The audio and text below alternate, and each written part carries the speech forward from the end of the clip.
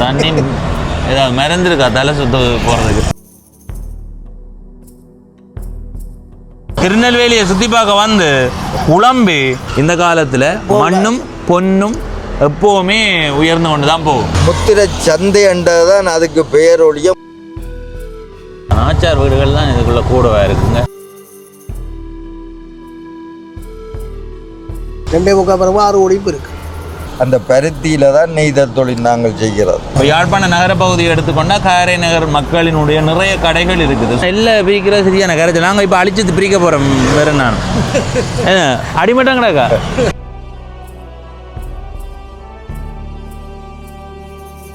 ஐயோ 2 கோடி ஐயோ இது வீட்டை கிடக்கிற காணியை விற்றா கூட இங்கே வாங்கலாது போல இருக்குது. அந்த அளவுக்கு நெருப்பு விலையாக இருக்குது. பழைய வீடுகளை பார்க்க முடியுது. வணக்கம் நண்பர்களே, நான் உங்கள் நண்பன் தர்சனாமூர்த்தி பவனீசன். ஈழத்தில் யாழ்ப்பாணம் மாவட்டத்தில் இருக்கிற திருநெல்வேலி என்ற ஊரை உங்களுக்கு சுத்தி காட்டி கொண்டிருக்கிறேன். ஏற்கனவே 5 பகுதி காணொளிகள் போட்டிருக்கிறேன். இந்த காணொளி 6வதும் நிறைவுமான காணொளி. சில வேளைகள்ல இதுக்கு பிறகும் காணொளி வரலாம், ஆனா அதை தீர்மானிக்கிறது உங்களுடைய கையில தான் இருக்குது. நான் ஏற்கனவே போட்ட காணொளியையும் இதையும் பார்த்துட்டு ஏதாவது திருநெல்வேலியில தவறவிடப்பட்ட இடங்கள் இருந்தா எங்களுக்கு தெரியப்படுத்தினா நாங்க அந்த இடத்தை பதிவு செய்யறோம். அந்த நேரத்துல சிலது 7வது காணொளி அது நிகழ்றதுக்கு வாய்ப்பு இருக்குது. இப்ப நான் நிக்கிறது ஆடிய பாதம் வீதி. இதுல இருந்து இப்படியே பயணம் செய்தால் யாழ்ப்பாணம் பருத்தித்துறை பிரதான வீதியில இருக்கிற கல்வியங்காட்டுக்கு சந்திக்கு போகலாம். இதுல இருந்து இந்த பக்கம் 350 மீட்டர் தூரம் பயணம் செய்வமாக இருந்தால் திருநெல்வேலி சந்திக்கு போகலாம். சந்தை பகுதியும் அதுலதான் இருக்கு. அதுவும் ஏற்கனவே காணொளியில பதிவிட்டு இருக்கிறேன். இதுல இருந்து இப்படியே பயணம் செய்து 800 மீட்டர் தூரம் போனா ஒரு சந்தி வருது. அந்த சந்தியால வலப்பக்கம் திரும்பி போனா நல்லூர் கோயில் ஊடாக யாழ்ப்பாண நகர பகுதிக்கு போகலாம். நேர போனா கல்வியங்காட்டுக்கு போகலாம். இடப்பக்கம் திரும்பினா ஒரு பாதை அப்படியே ராசபாதையா போகுது. இன்னொன்று இருபாலையில போயிடுற வீதியா இருக்குது. இப்ப நாங்கள் இந்த இடத்துல இருந்துதான் எங்களுடைய பயணத்தை தொடங்க போறோம். இதுல இருந்து இப்படியே நான் சொன்ன சந்திக்கு போய் வலப்பக்கம் திரும்பி அப்படி பயணம் செய்ய போறோம். எந்த இடத்த காண்பிக்க போறேன்றத கூகுள் வரைபடத்துல காட்டுறேன்னு வாங்கும். ஈழத்துல யாழ்ப்பாணம் மாவட்டத்துல இந்த இடத்துல இருக்கு பாருங்க, முக்கோணம் மாதிரியான ஒரு இடம். இதைத்தான் சுத்தி பார்க்க போறோம். இதுல இருக்கிறது திருநெல்வேலி சந்தை. இது ஆடிய பாதம் பிரதான வீதி. இந்த இடத்துல இருந்து இப்படி ஆடிய பாதம் பிரதான வீதியூடாக போய் இப்படியே வந்து இந்த இடத்துக்கு வந்துட்டு அதுக்கு பிறகு குறுக்கு வீதிகளுக்குள்ள போவோம். இதுதான் ஆடிய பாதம் வீதி. சரி, நான் சொன்ன மாதிரி சுத்தி கொண்டு இந்த சந்தை பகுதிக்கு தான் வர போறோம். இப்படியே பார்த்து கொண்டு வாங்கோ. போகும்போது வீதியினுடைய வலப்பக்கத்தை தான் நீங்க பெரும்பாலும் பார்க்கணும். ஏனெண்டா வலப்பக்கம்தான் நாங்கள் இப்போ காட்ட போற பகுதிக்குள்ள இருக்குது. இதுல பாருங்க, தேர் செய்கிற இடம் இருக்குது.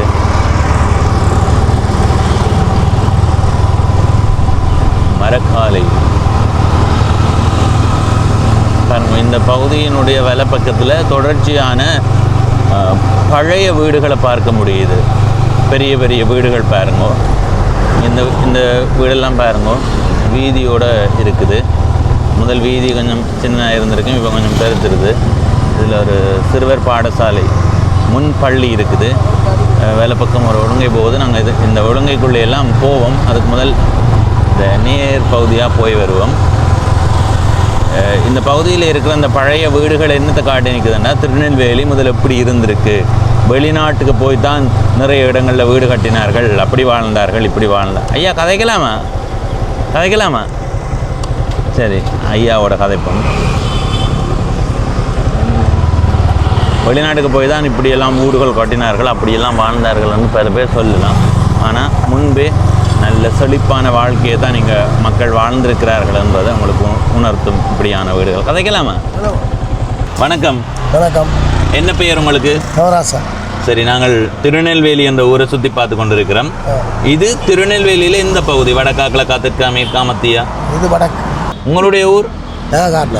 காரை நகர். இங்க வந்து எவ்வளவு காலம்? 97லேருந்து வந்தேன். 30 வருஷம் இங்கேயே இருக்கிறீங்களா? காரை நகரோட ஒப்பிடும்போது திருநெல்வேலி உங்களுக்கு எப்படி இருக்கு?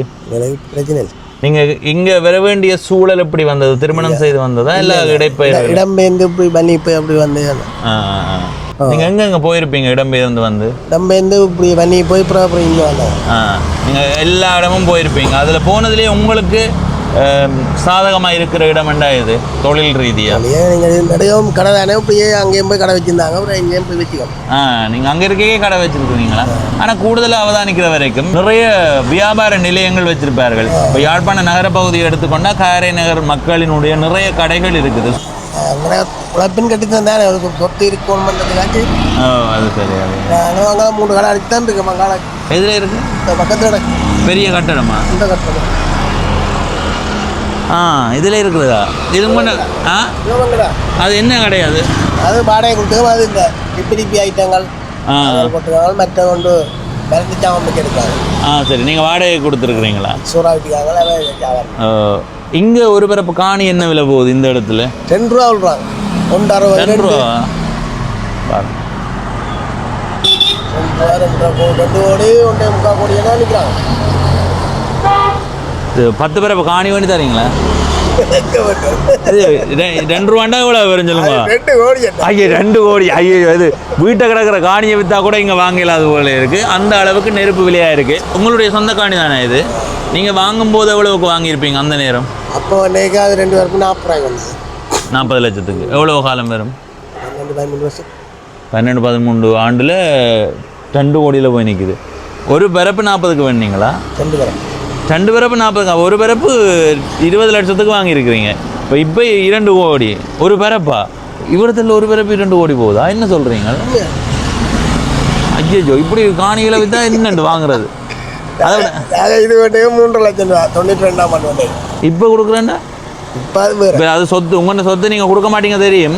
ஆனால் விலையின் மதிப்புக்காக இருக்கிற எவ்வளோ வரும்? இப்போ விலை சொன்னேன் 2 கோடி 1.5 கோடி அப்படி எண்ணிக்கலாம். கோடின்னு 2 குறைஞ்சது எத்தனை கோடி போகுது இதுக்குள்ளே? மேக்ஸிமம் 2 தான் நிற்கிறோம். 1.60 2 தான் நிற்கிறோம். இப்போ இதுக்குள்ள கிட்டடியில் எங்கேயாவது காணி விற்கப்பட்டது அந்த விலைக்கு? இந்த மாதிரி தோட்ட வலிக்கிற 1.60 விலைப்பட்டு. 1.60 உள்ளுக்கா இல்லை வீதி வருது இல்லையா? உள்ளுக்கு 1.5 கோடியா? என்ன சொல்றீங்க? உண்மையாவா? நினைச்சு பார்க்க முடியாதப்பா. 2.25 பிறகு 6 கோடி இப்போ இருக்கு. இந்த வீடு வித்தாச்சா? எவ்வளோ? 6 கோடி. தண்ணி ஏதாவது மறந்துருக்கா தலை சுத்த போகிறதுக்கு? சத்தியமாக விலையை கேட்கவே தலையை சுற்றுதாப்பா. இந்த விலையண்டா என்ன இது? என்ன போக கூடிக்கணும் தானே போகும். என்னன்னா இங்கே காணி இல்லை விற்பனை. கஷ்டப்பட்டு உழைச்சோம் இப்போ வேண்டியலான்னு. அதுதான் அம்மா வேறு பணங்கள் வேறு ரவுண்ட் பண்ணுறாங்க நம்பி. நாங்கள் இங்கே மேலே கட்டுறதுக்கு தவங்க வந்து இருக்கேன். காற்றுலாம் அப்படியே விட்டுக்கிறாங்க. ஆனால் நீங்கள் அந்த நேரம் ஏதோ ஏன் அதை வாங்கணும்? இப்போ உங்களுக்கு இதில் வீடு இருக்குது, உங்களுக்கு காணி இருக்குது, ஏன் அதை வேண்டணும்னு யோசிச்சதுக்கு என்ன காரணம்? பக்கத்தில் இல்லை தானே இப்போ வேண்டி விட்டா தோண்டாது. ஏதோ ஒரு சின்ன தூண்டுதல் தான் அதை வேண்ட வச்சிருக்குது. ஆனால் இன்றைக்கு யோசிச்சு பாருங்க. என்ன இல்லை, இது ஒரே ஒரு ஆளுடைய வீரர் இருந்தால் காணி இதே ஒரு முதல் வித்தவர் ஒரே அதை விலை கூடத்தான் வித்தவர்.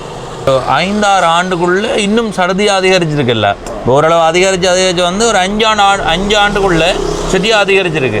5 ஆண்டுக்கு முன்னே காணி வித்தாக்கள் இந்த பாடுபாடு வேணும். என்ன கவலையாக 92ஆம் ஆண்டு வரைக்கும் இங்கே பரப்பு 2 லட்சம் 3 லட்சம் தான். எங்கன வீட்டை நாங்கள் ஒரு பாட்டுப்பட்டி ஒன்று வாங்கினாங்க.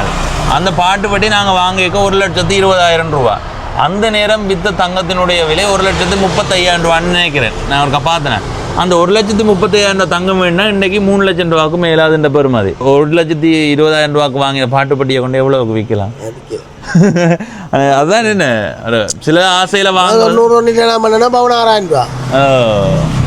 அதுதான் இப்போ அதுக்கு காலம் பொருளாதாரம் மாறிக்கொண்டு போகும். இப்போ ஐயோ வேண்டி இருக்கலாம்னு யோசிக்கிறோம். ஆனால் இப்போ கரைச்சல்பட்ட ஒரு 3 லட்சத்துக்கு ஒரு பவுன் நகையை வாங்கினா அது ஒரு 20-30 ஆண்டில் அதனுடைய பெருமதி உயர்வு தான். அப்போ தவற விட்டுட்டோம்னு யோசிக்க தேவையில்லை. இந்த காலத்தில் மண்ணும் பொன்னும் எப்போவுமே உயர்ந்து கொண்டு தான் போகும். மண்ணில் போட்டால் கிடக்கு. சரி, நன்றி. உங்களோட கதைச்சதில் மகிழ்ச்சி. உங்களுடைய பேர் என்ன சொன்னீங்க? தவராசா. சரி, நன்றி. சரி, அந்த ஐயாவோட கதைச்சி போட்டு பயணம் செய்கிறோம். இதில் இருக்கிறதும் இந்த ஐயாவினுடைய கடை தான். வாடகைக்கு கொடுத்துருக்கிறார்கள். மேலே கட்டி குறையில் இருக்குது. இதில் இருக்கிறது திருநெல்வேலி கேணியடி ஞான வைரவர் கோயில். தயவு செய்து தேவஸ்தானம் வேண்டும் சொல்ல தூக்கி போட்டு கோவில் ஒன்று போடுங்கப்பா. நாங்கள் எவ்வளவோ ஊருக்கு பயணம் செய்திருக்கிறோம். இந்த பயணம் செய்த ஊர்லெலாம் அப்படி தான் பேர் இருக்குது. இந்த இதுதான் ஞான வைரவர் கோயில்.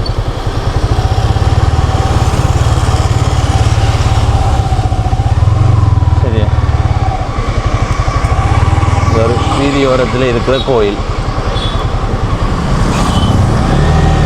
மக்களை காணி விலை பற்றி என்ன நினைக்கிறீங்கன்னு சொல்லுங்க. இந்த காணி விலையேற்றத்துக்கு என்ன காரணம், ஏன் இந்த அளவுக்கு அதிகரிக்குது என்பதை உங்களுடைய கருத்தாக பதிவு செய்யுங்க. வலப்பக்கம் பார்த்து கொண்டு வாங்க.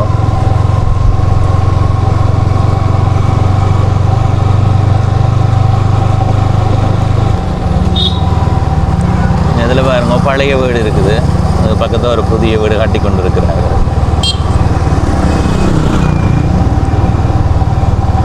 இந்த வருங்காணி எல்லாம் என்னடா இது காணி சும்மா இருக்குது அண்ணன் விற்பமா அண்டு கேட்டு போட்டு மயங்கி விழ வேண்டியதான். நெருப்பு விலையாப்பா, நெருப்பு விலை.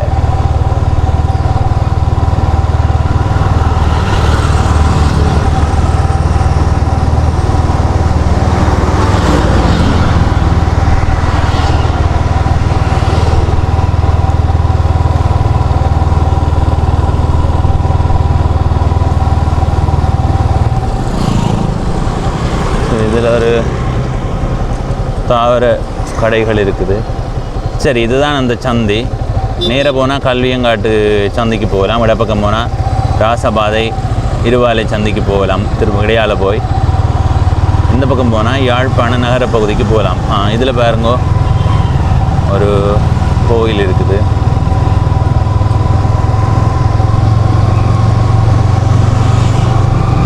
சரி, இந்த வீதியிலையும் வலப்பக்கம்தான் திருநெல்வேலிக்குள்ளே வருது, பார்த்து கொண்டு வாங்குவோம்.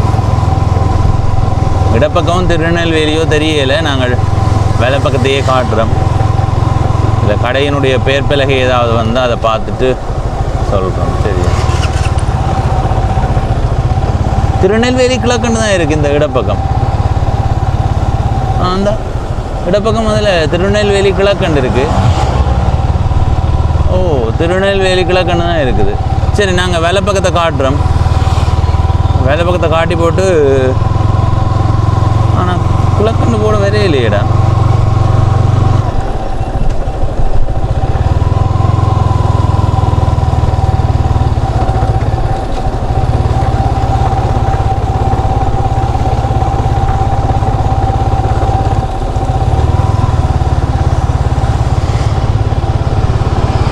திருநெல்வேலி கிழக்குன்னு தான் இருக்குது மக்களே.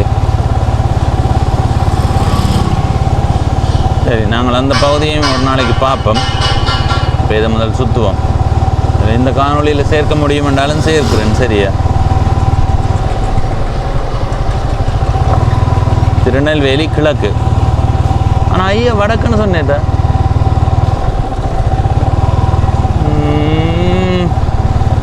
இதில் ஒரு கோயில் இருக்குது, இதுவும் வைரவர் கோயில்.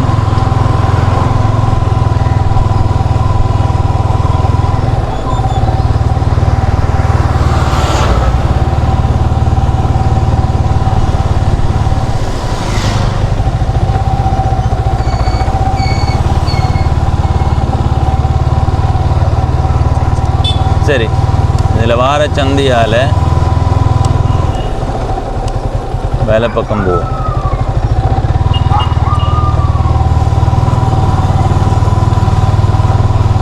இதில் வலப்பக்கம் பார்த்து கொண்டு வாங்க. கிடைக்கிற நேரமும் பாருங்குவேன்.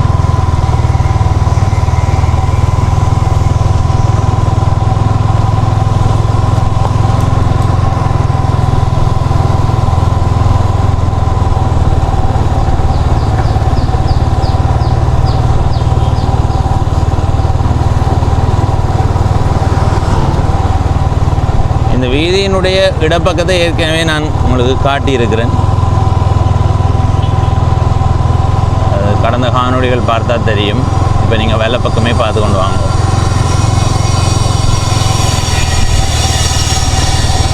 புதிய புதிய வீடுகள் நிறையவே வந்து கொண்டிருக்குது.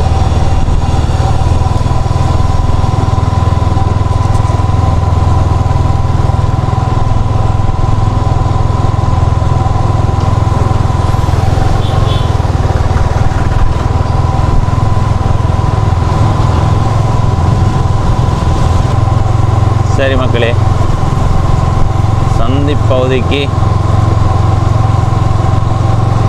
வந்துட்டோம்.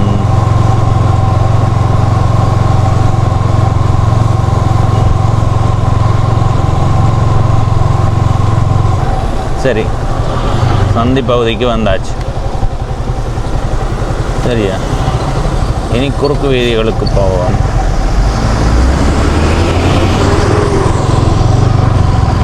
இப்படியே போய் அடுத்த குறுக்கு வீதிக்குள்ளே நுழைவோம். சரி, இதில் வலை பக்கம் போகிற வீதிக்குள்ளே போவோம்.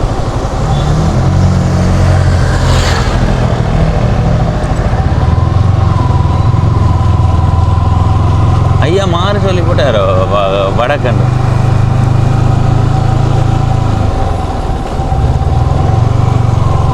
இதில் சின்ன சின்ன குறுக்கு வீதிகள் போய்கொண்டிருக்குது. நாங்கள் இப்போ இந்த வீதியாக போவோம். இந்த குறுக்கு வீதிகள் எல்லாம் போய் ஒரு கட்டத்தோடு முடிகிற மாதிரி தான் தெரியுது. நாங்கள் இப்படியான இடங்களுக்கு வர்றதுக்கு காரணம் உள்ளே எப்படி இருக்குன்னு நீங்கள் பார்க்கணும். அதுக்காக தான்.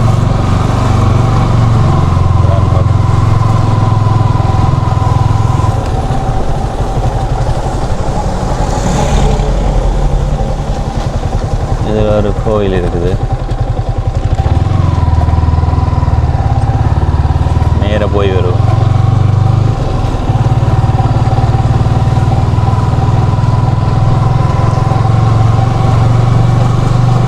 அதோட பாதை முடியுது. எல்லாம் தொடர்வதோ தெரியல பார்ப்போம். ஆனால் கூகுள் வரைபடத்தில் பாதை முடிகிற மாதிரி கிடக்கு. ஆனால் வந்துடுது பாதை. போகலாம்.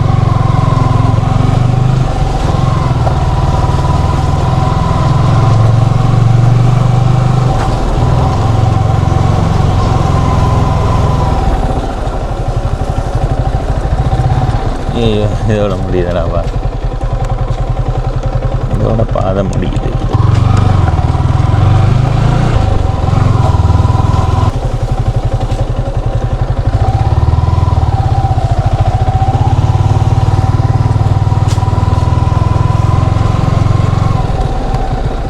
பார்த்தீங்களா, இந்த வீடெல்லாம் அளவான வீடு, வடிவான வீடு. இந்த இதோட பாதை முடியுது மக்கள்.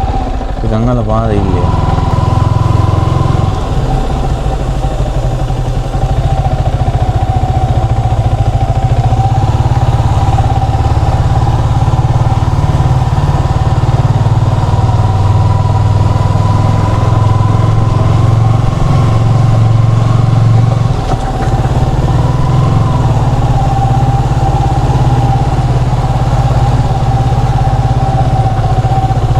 சரி, இந்த சந்தையால் இடப்பக்கம் போவோம். இதில் பாருங்க ஒரு வீடு எப்படி இருக்கு, என்ன வீட்டு அமைப்பு.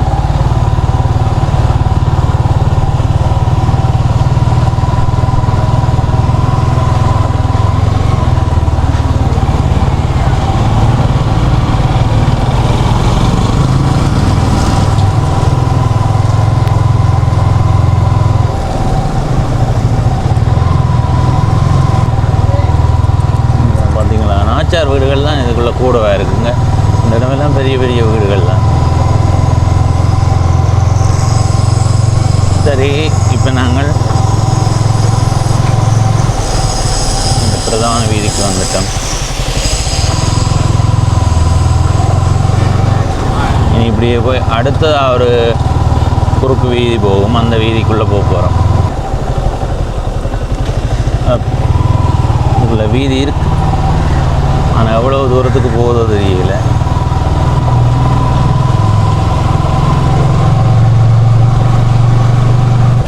அப்படியே எல்லா பாதையும் முடியுதுடா. சரி மக்களே, நிறைய குறுக்கு வீதிகள் போகுது. ஒவ்வொரு குறுக்கு வீதிகளுக்குள்ளே போனாலும் அந்த வீதி இடையோட முடியுது. இனி அடுத்ததாக இன்னொரு குறுக்கு வீதி இருக்குது, அதுக்கப்புறம் இதில் இடப்பக்கம் போவோம்.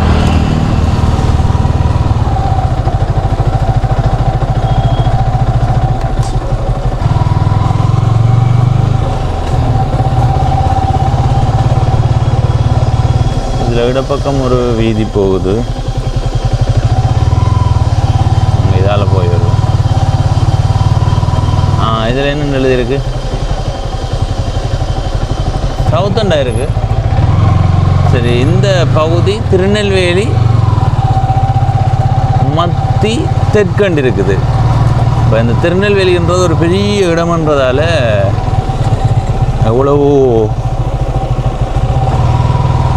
பகுதிகள் இருக்குது. அதான் சொன்னானே, முடிந்த அளவு இந்த இடத்தை சுற்றி காட்ட முயற்சி செய்கிறேன். ஆனால் அது சரியான சிரமமாக இருக்குது மக்களே. நிறைய பகுதிகள் இருக்குது. இதில் ஒரு வீதி போகுதுன்னு காட்டுது. வீதியா இல்லை வீட்டுக்கு போகுதா? போகலாம். இதாக போனால் இன்னொரு வீதியில் ஏறலாம். அங்கே போவோம்.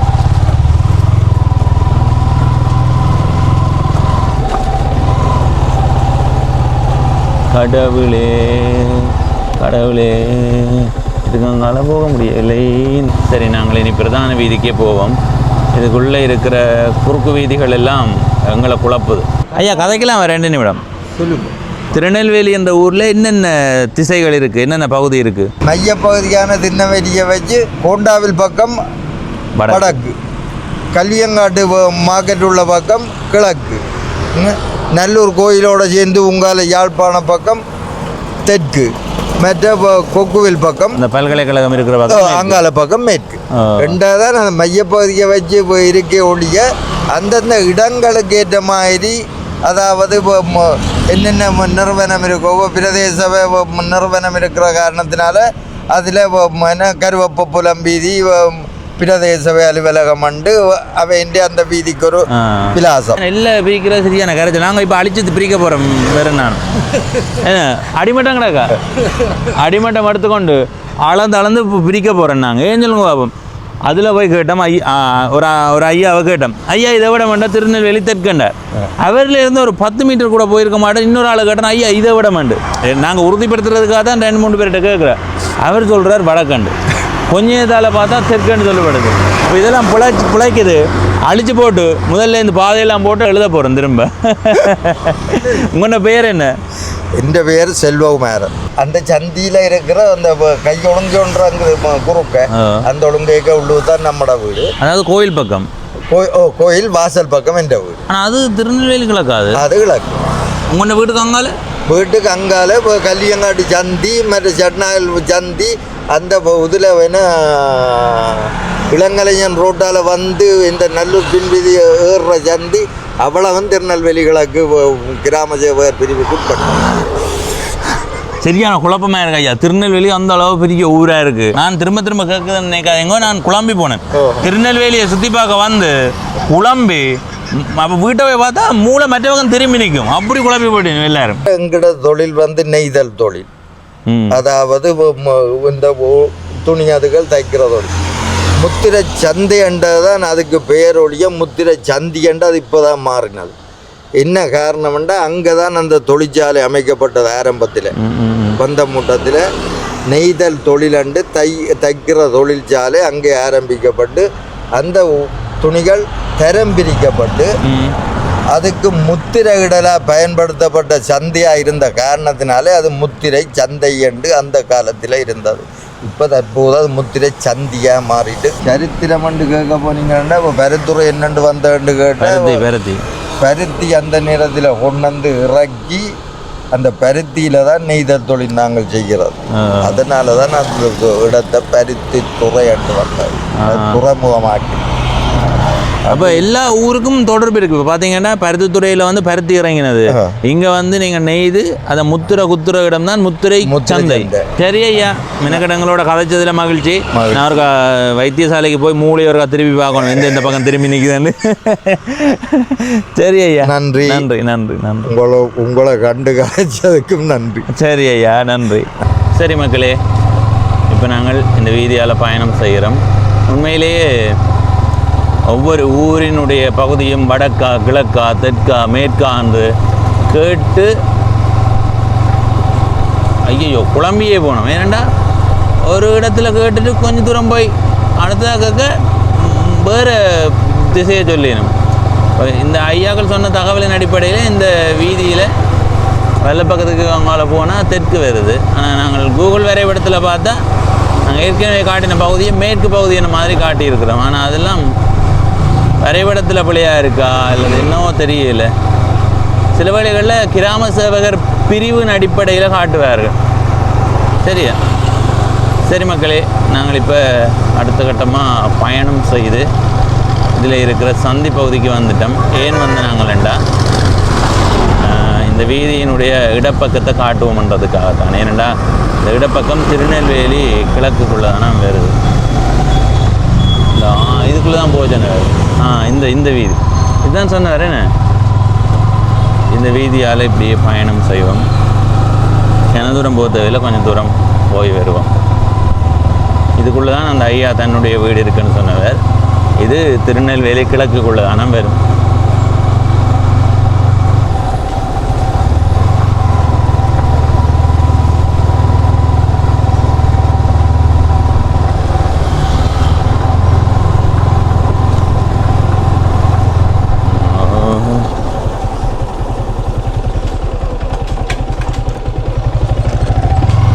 சரி, போய் வருவோம். இனி நான் இடத்தின் பெயர் சொல்லலைன்னா சில வேளைகளில் சின்ன சின்ன மாற்றங்களும் இருக்கலாம். அதால் தவிர்த்து கொள்கிறேன். நாங்கள் இதையும் காட்டி கொண்டு போவோம்.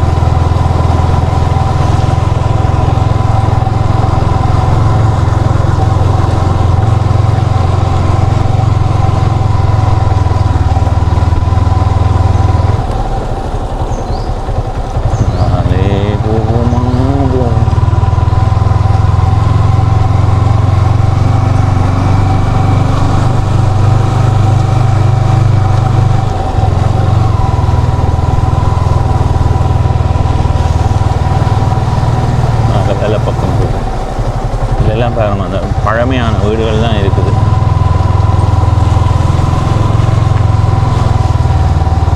இதில் இடப்பக்கம் ஒரு கோயில் இருக்குது. வெள்ளைப்பிள்ளையார் கோயில். வெள்ளைப்பிள்ளையார் கோயில்.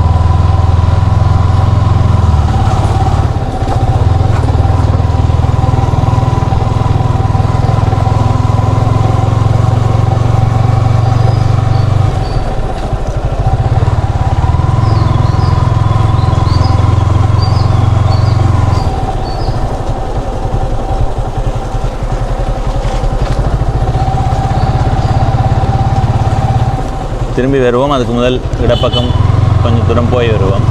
இந்த வீதியினுடைய இடப்பக்கத்தை பார்த்து கொண்டு வாங்குவோம். அதில் பயணம் செய்யும்போது இதையும் காட்டி கொண்டு போனால் எல்லாம் தானே. ஏனெண்டா சிலது அதை தவற விட்டுட்டீங்க தம்பி, இதை தவற விட்டுட்டீங்க நீங்கள் சொல்லுவீங்க. அதனால் இதே காட்டுறேன். திருநெல்வேலிக்குள்ளே வருதா இல்லையான்றது எனக்கு தெரியலை. அதில் அந்த வெள்ளப்பக்க பெயர் பலகையில் திருநெல்வேலி கிழக்குன்னு தான் எழுதியிருக்கு. நாங்கள் இப்போ இடப்பக்கம் காட்டி கொண்டு போவோம்.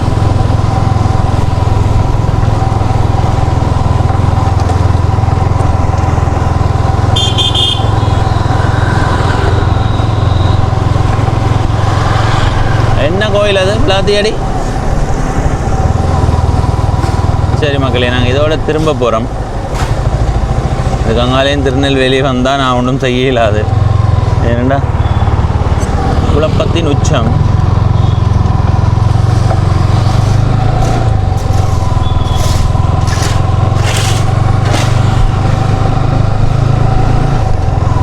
சரி, வந்த நாங்கள் இதில் வார இந்த வீதிக்கு போயிடுவோம். முடமாவடி, பிளாத்தியடி.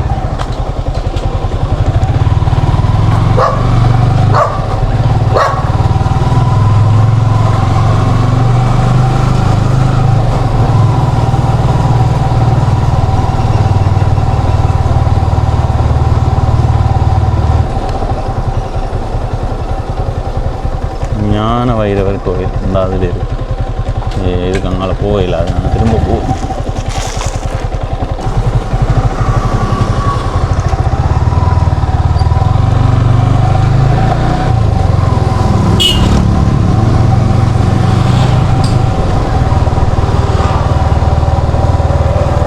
ஒரு ஐயா இருக்குது. அந்த ஐயாவுக்கு அந்த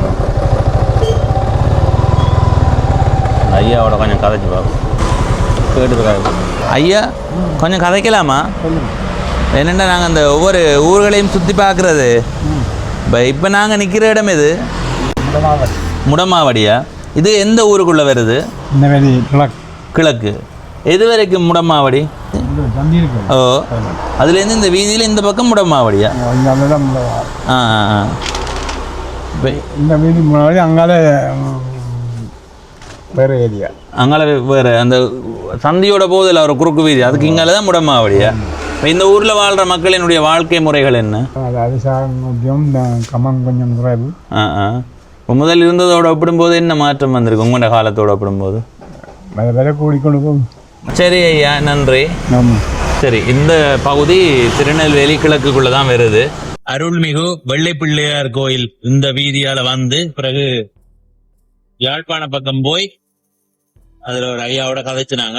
அதுக்கு பிறகு இப்படியே நாங்கள் அப்போது அந்த சந்திக்கு போகும்போது இந்த காட்சிகளை பார்த்து கொண்டு வாங்கோ. இதுவும் திருநெல்வேலி கிழக்குக்குள்ளதான் வருது.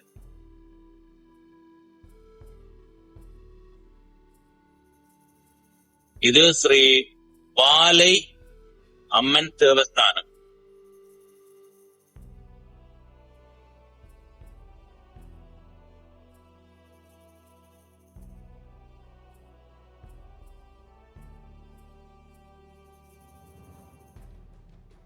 இதுதான் அந்த கோயிலினுடைய முன்பக்கம்.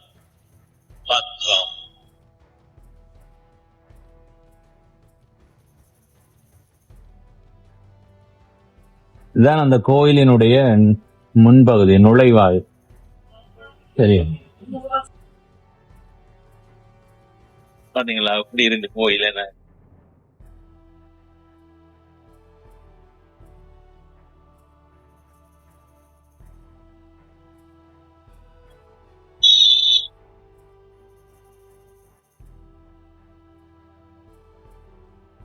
இதுல பாருங்க கேணி இருக்கு. கேணியோட இந்த இடத்த பாருங்க.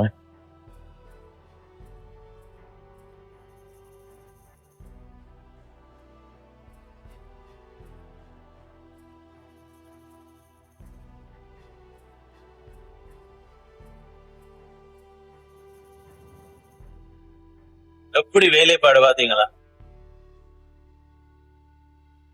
சரி, நீ இப்படி பிரதான வேலைக்கு போக போறோம்.